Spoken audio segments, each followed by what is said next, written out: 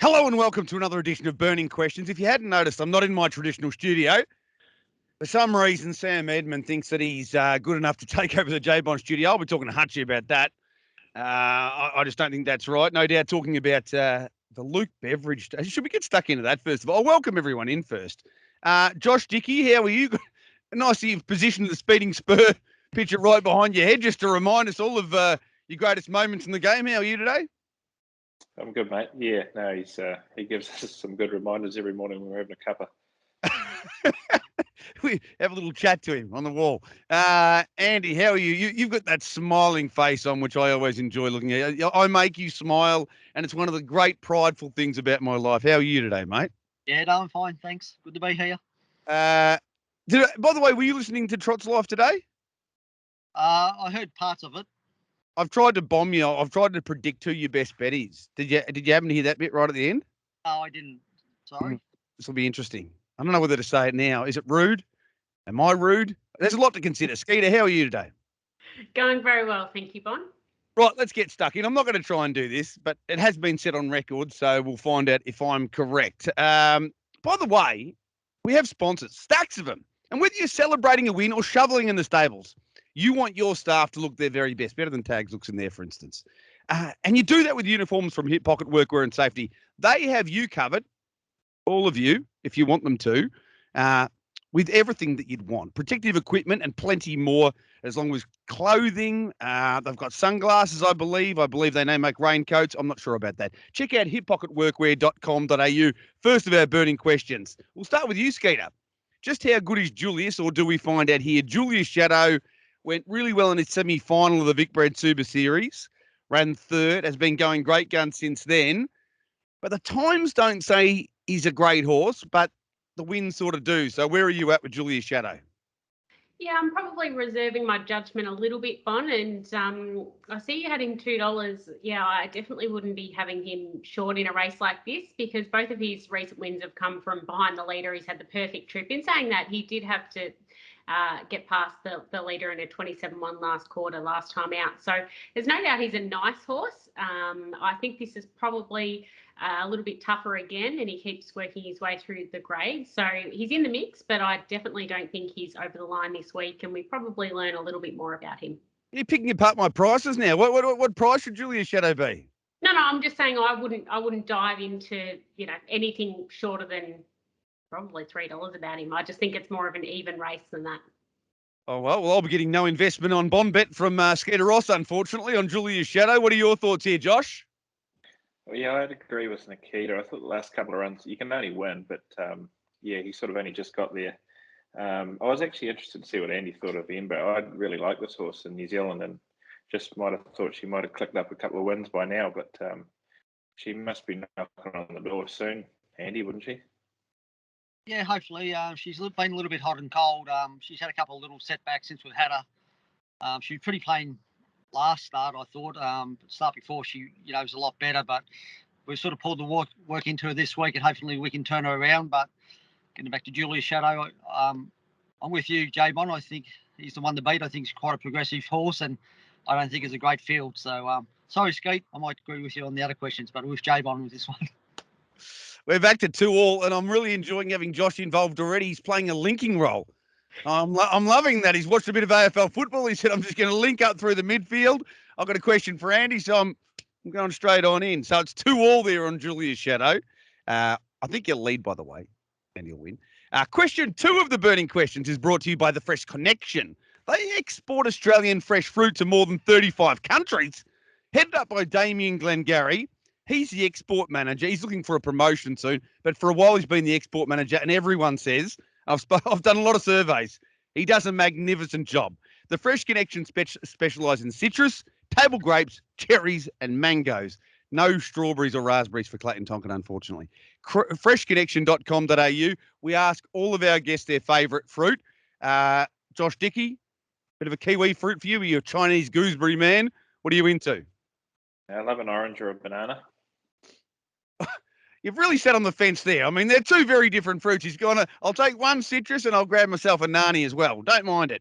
Question 2. We'll start with you this time, Josh. Is Be My Star the horse his third name would suggest? So is he a star or is she a star, I should say? Turns up here, 2 wins from 2 starts. Again, the times haven't been spectacular, but visually very, very impressive. Yeah, very impressive. It's hard to knock it. I've driven one trial, a couple of races now, and every time I've sat behind her, she's given me a great feel. Yeah, the times haven't been great. I'll agree with you there, but she's only just had to do what she had to do. It's just sort of horse. She wears full blinds and does knock off a little bit when there's nothing around her. But yeah, the other night when I just give her a flick on the tail, she just took off and won pretty easy. She's come a long way. You know, Nathan sort of thought we'll be looking at a maiden race there a few weeks ago, and then now she's ended up in this final. So she's come a long way. But the feel she gives me, I think she could make it later on, and she's going the right way this race. I'd have to worry about the draw a little bit. She's never been on the back row before, and she's let off the gate pretty easily the first 2 starts. So yeah, out of the barrier draws, that was probably the worst one to end up with. But you know, it is what it is, and she seems to have a good head on her shoulders, touch wood. But yeah, it'll just be a bit tricky early, I think. But I think she'd still be pretty competitive, I think. So at those odds, though, we're looking at either declaration or non-declaration. I'm hearing from your tone a slight lean towards non-declaration because of the draw, if nothing else.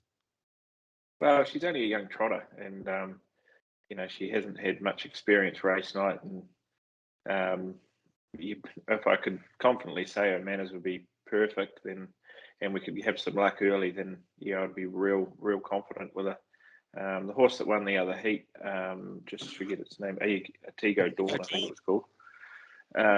It raced her the start before, and it did make up ground, but it was still 20-30 metres off her. So yeah, I think out of the field, she probably deserves to be favourite. But yeah, it'll just be interesting early what happens, really. Yeah, there's a little bit of orange and banana about that, I've got to say. There's a little bit of foot in both camps there from Josh. He's saying she probably will win, but we need to text as she's scoring up. What are your thoughts here? And young trotters, he makes a good point here, Josh, the young man, that you can't really declare them. I've got it on top, but I can't say I'll be backing her. Yeah, no, it's probably the only draw they didn't want to get. I saw her first trial, and she, you know, seems quite professional. She's lovely gated filly. She's by that boom trotting sire, Captain Treacherous. He just keeps rolling them out. So yeah, no, trotters, they can come from anywhere, and sort of the pacing bred trotters seem to have really good natural speed as well. So again, going to be difficult from the draw. I know she hasn't run any time yet, but I'm with Josh. She just, you know, seems to be getting better all the time, and she's quite a progressive filly, and you think she's going to have a really good career going forward. But to be backing her from inside the back row from really short odds is, you know, a bit of a risk. So hopefully she can win for Josh and the team, but I wouldn't be backing her at those odds. You went a bit like Southern American then for a minute. You started back in row. I don't know. You're from the back in row. I don't think we can back her, but from the front row, she's a good horse. Was that loud horn coming from outside your car? Where was that coming from, Andy? I'm not sure.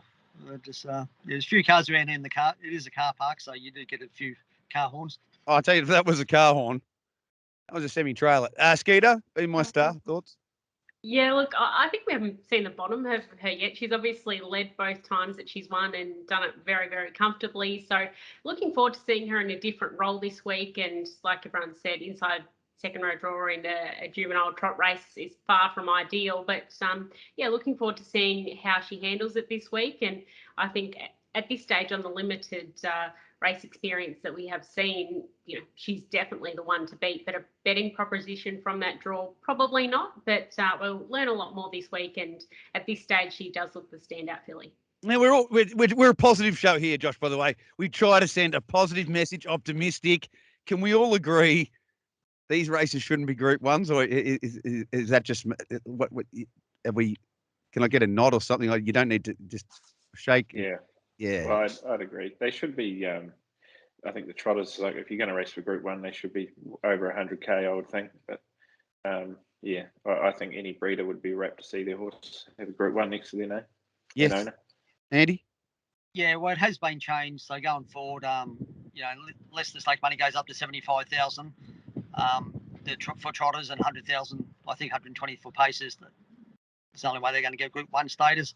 But again, having a restriction of the race too, no more than $10,000, it probably shouldn't be a Group 1 as well. So again, this will be the last season that we'll see a lot of these Group 1s around, and unless they raise the prize money and get rid of the restrictions on the race, they won't be Group 1s going forward. I don't think they should be group races at all, but they're going to be great contests. Can't wait for them. Saturday night, Tabcorp Park, Melton, home of Victorian Harness Racing. Question 3 is brought to you by APG. Go to apgold.com.au. Third question. Can Jeff make them all relent once the early burn is done? Now, I don't know whether you have any inside information here. You did text me last night.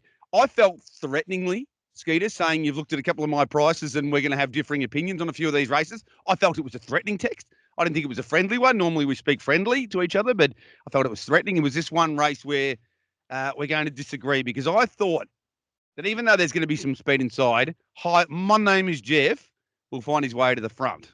What are your thoughts? No, it wasn't this race, Bond. It was the Julius Shadow race and also the mares as well. Slightly different there. But no, this one, look, I think he will. I think the only one potentially that will kick up and keep him outside is his under wraps. So we'll find out shortly off Andy what he thinks about that. But I don't think any of the horses inside, Hi, My Name is Jeff, probably can cop the pressure that he's going to serve up to them there. So I think he probably will make his way to the top ultimately, and from there he's going to be very hard to beat. I think he's 5 from 5 when he's found the top. So if he does, I think he's absolutely the one to beat. But if he doesn't, it no doubt brings some of the other horses into play. But I've got a pretty big opinion of Hi, My Name is Jeff. I think he's even in defeat recently. He's been excellent and he can run time. So from the front row draw, I think he's the one to beat for mine. But if he doesn't find the top, it becomes a little bit more open. Well, Andy, he's under wraps with Super in the Leon Gath Cup last start. Was it? I can't remember. It was a great win though. But will you be leading and copping the pressure here, or trying to get across and relenting? I don't even know if Cherokee Joe could be another problem for you as well. Yeah, he does leave the gate pretty quick, and he's only won 2 races for me since he's been in. That's when he's led both times. But he's the type of horse that can't probably take a lot of pressure if he does get it from Hi, My Name is Jeff. So he's got to cross him first.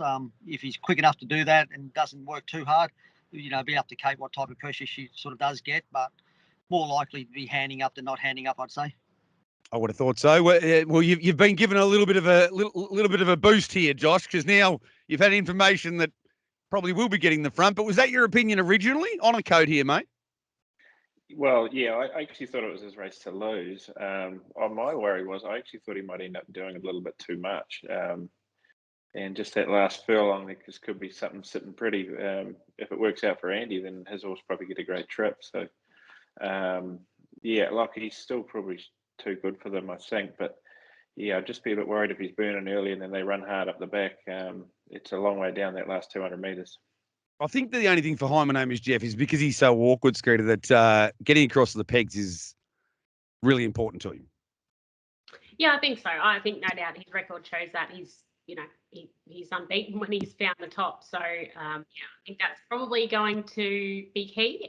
He can win otherwise, but, I think confidence levels would be much, much higher if he does find the top. There's another horse that's unbeaten when he leads in races that is going around at Melton on Saturday night. I think it might be Andy's best bet, but I could be wrong, so we'll find out later. It's one of his. Final question, the fourth one for Burning Questions today. Josh Dickie, Andy Gath, Nikkita Ross, J-Bomb. Is this? Well, it's actually sponsored first by Falvo Fruits because we haven't got enough fruit companies that are on board at the moment. So if anybody else has got a fruit company, we're desperate to have you involved. They're specialists only in table grapes, so they're a more specific organisation. They've been doing it since the 60s. Mick and Josie Falvo, they're keeping that tradition going, and everyone loves their grapes. I love a grape. Keep an eye out for Falvo Fruits. You know you'll love them. Question 4. Will the Whisper wipe the slate by easing off the gate? I don't know why I have to do poetry with these things. There's no point to it. I'm just saying will Chinese Whisper do the right thing and win on Saturday night, Andy? Well, he's got to go away first and he's got to score up. Obviously, he galloped out last week. They are important, yeah. Yeah. We took him to the trials during the week and he galloped out again. So it's not ideal leading into this race. We probably would have liked to draw the second row, but there weren't enough horses for that to happen. So, again, getting away safely would be the main option. If Kate's off the gate a fair bit, we don't really care. We just want him to get away. And if he sort of gets away, we'll trot the whole race. But, again, it's a little bit worrying going into it that you've galloped twice your last 2 times attempts at trying to get away from a mobile. It could take a couple of months to sort of work him out, but have you got a couple of ideas about things you can do to stop him from doing that? We've done a couple of things today with him, but until race day, you don't really know whether that's going to make a difference or not. Being a Sundon, they can be quite hot horses. So, again, at least at the trials when he did gallop out on Tuesday, he did get down relatively quickly, whereas last start he didn't get down at all. And galloping, still galloping. He's in a canter. He's still galloping. Yes, yeah. I was still trying to look for him. For some reason, I had that tiny bit of hope. Maybe he's gotten down, and I'm waiting for them to come around. He'll be there somewhere. Was he 40, 50? No, he was in another planet, wasn't he? Yeah, but again, he's there was a little bit of hype around that race for some reason, but someone sort of put a little bit of pressure on him, but hopefully he won't read it. Sort of can have less pressure on him going into this race. Yeah, well, still tipped him on top, so don't know. Yeah, but it is less pressure than being $1.22, and people got to give. He was 5 into 280, so people still think he can win. What do you reckon here, Josh? You would have seen a bit of Chinese Whisper over in New Zealand. Certainly, at his best, he's a very, very smart horse, but clearly there's a few quirks there. Yeah, I think he's always had them. I've been a fan of this horse for a while, so probably good spotting from Andy if you can get him right. He looks like he'll be a super trotter. I think when he won last year, he beat Oscar Bonavia at Addington. He's got lethal speed. And Oscar looked like he was going to sort of win easy that night, and he sort of run past him like it was nothing. So that's the sort of horse that he can bring to the table.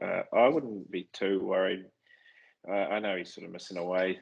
I reckon he'll get the hang of it. Yeah, he's in the right camp. I'm sure Andy's been working his magic through the week. So, yeah, I reckon once this horse gets the hang of it, he should really be doing a super job. Couple of old mates supporting each other. It's beautiful to see. I love that. It's a beautiful sight. Skeeter, I'm going to try and get $1,000 on Chinese Whisper to be out of position at the start. I don't know any more than that. What about you?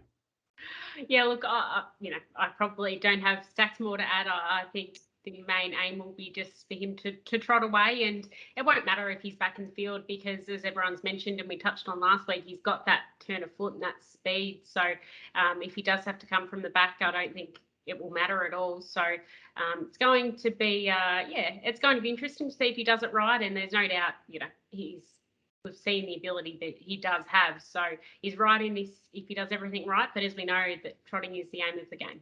Now, I've got a different opinion to the market, significantly different opinion to the market about who the major danger is. I thought Sundon's Courage, who also doesn't mind galloping every now and then, might lead and win here and was paying $11. Who's the major danger, Andrew?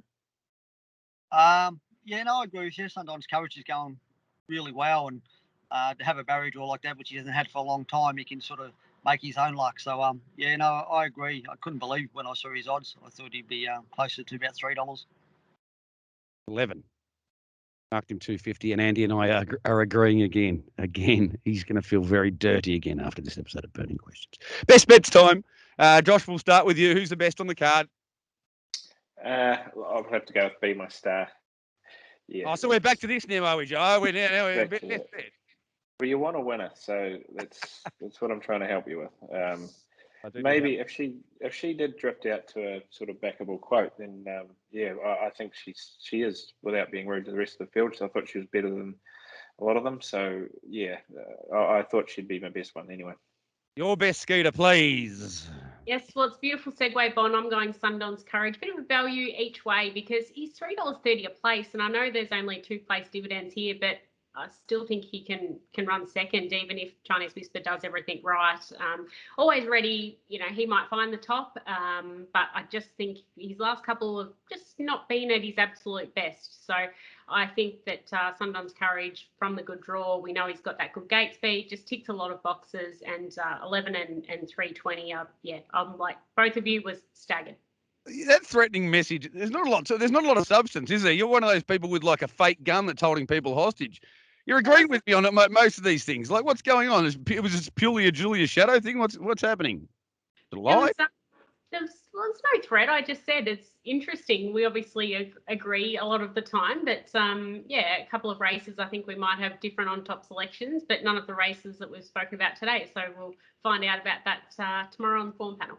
Righto, form panel. My best of the night. I'm going with your best from last week or 2 weeks ago. I'm going with Rocking with Sierra in the first race. The draw's awkward, and I reckon we might get a slightly better price than we should because of the draw, but she's going gangbusters for Adam Kelly, and I think she'll be winning. And my prediction for Andy Gath is that he's going to give us Balenciago in the last race as his best. He's not, is he? I can't even tell. He's looking at Andy? I thought you were just looking at me weird. I couldn't tell if Andy was looking at me strangely or whether he'd frozen because I thought that is a very aggressive look. But his face had frozen at the time. He's on his way back, I think. Just now I'm worried because after that horn we heard before and now Andy's gone, it's hard not to link the two things. What might have transpired to one of our great conditioners. Andy, are you there? Andrew! Please answer us, Andrew. Are you all right? He's leaving again. They've got him. I'm thinking we're going to admit him one more time. I'm tipping Balenciago's his best on the card. Final race, he's been going ordinary first 2 runs back from a break, but he's won every single time he's led. I was talking to you, Andrew, and you'd frozen in a really aggressive way, and I thought to myself, I'm not trying to piss you off. Like, we're just having fun here. I'm just trying to. Sorry, I just be going with. Do my best bet. Yeah. Is it Balenciago? No, it isn't. Do you want it to be? Well, I thought the way I try and get inside your mind. I was in your occipital lobe, and I thought 4 times that horse has been in front, one every time. Doesn't seem to be going that well. Looks the leader. This has got Andy written all over it. But if not, who is your best bet, Andrew? Race 9, number 3, easy pickings. Wow, really? Yeah, every time I say really, these horses win. So when I'm shocked, they win. So what's going to happen in that race? I think he'll lead.